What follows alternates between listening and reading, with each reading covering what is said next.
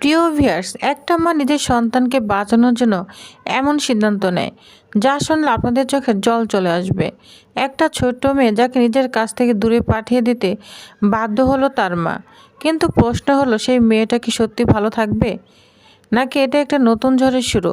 শেষ পর্যন্ত জানতে ভিডিওটা পুরোটাই দেখতে থাকুন। ভিডিওটি ভালো লাগলে অবশ্যই লাইক করবেন, আর এমন ইমোশনাল স্টোরি মিস না করতে চ্যানেলটি সাবস্ক্রাইব করে ফেলুন। গল্পের শুরুতেই দেখা যায় কমলিনী হঠাৎ অন্নপূর্ণাকে বলে, তুমি কি তোমার মেয়েটাকে আমায় দিবে? এই কথা শুনে একদম চমকে ওঠে অন্নপূর্ণা। তখন বলে, বৌদি, আপনি যদি রাখেন আমার মেয়ে ভালো থাকবে। এই কথাটা, এই একটা কথা প্রমাণ করে দেয় একজন মেয়ের অসহায়তা কতটা গভীর হতে পারে। কমলিনী দৃঢ়কণ্ঠে বলে, আজ থেকেও সব দায়িত্ব আমার। বাড়ির সবাই তো অবাক হয়ে যায়, কেউ খুশি, কেউ সন্দেহ চোখে দেখে। ঠাম্মি বলে, বৌমা, তুমি ভেবেচিন্তে এই সিদ্ধান্ত নিয়েছো তো? কমলিনী বলে, আমি 3টা বাচ্চা মানুষ করেছি, আর একটা পারবো না?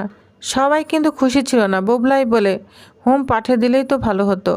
বর্ষা তখন বলে, আমাদের মতামতে কি কোনো দাম নেই? কমলিনী স্পষ্ট জানিয়ে দেয়, এই সিদ্ধান্ত আমি নিয়েছি, আর আমি বদলাবো না। অন্যদিকে অন্নপূর্ণা কান্না করতে করতে বলে, আমি চাইলে আর কখনো আমার মেয়ের কাছে আসবো না। কিন্তু কমলিনী তাকে থামিয়ে বলে, তুমি যখন খুশি আসবে, এটা তোমারই মেয়ে থাকবে। অন্নপূর্ণা তখন বলে, তার স্বামী তাদের মেরে ফেলতে পারে, তাই বাধ্য হয়ে নিজের মেয়েকে দূরে পাঠাতে হচ্ছে। ছোট্ট মেয়েটির নাম হচ্ছে কুট্টি, আর ভালো নাম মেঘ। নতুন তাকে কুলে নিয়ে বলে, চলো তোমাকে চকলেট দিব। বাচ্চাটার নিষ্পাপ হাসি আর মায়ের চোখের জল। বাড়িতে পৌঁছাতে সবাই খুশিতে ভরে যায়।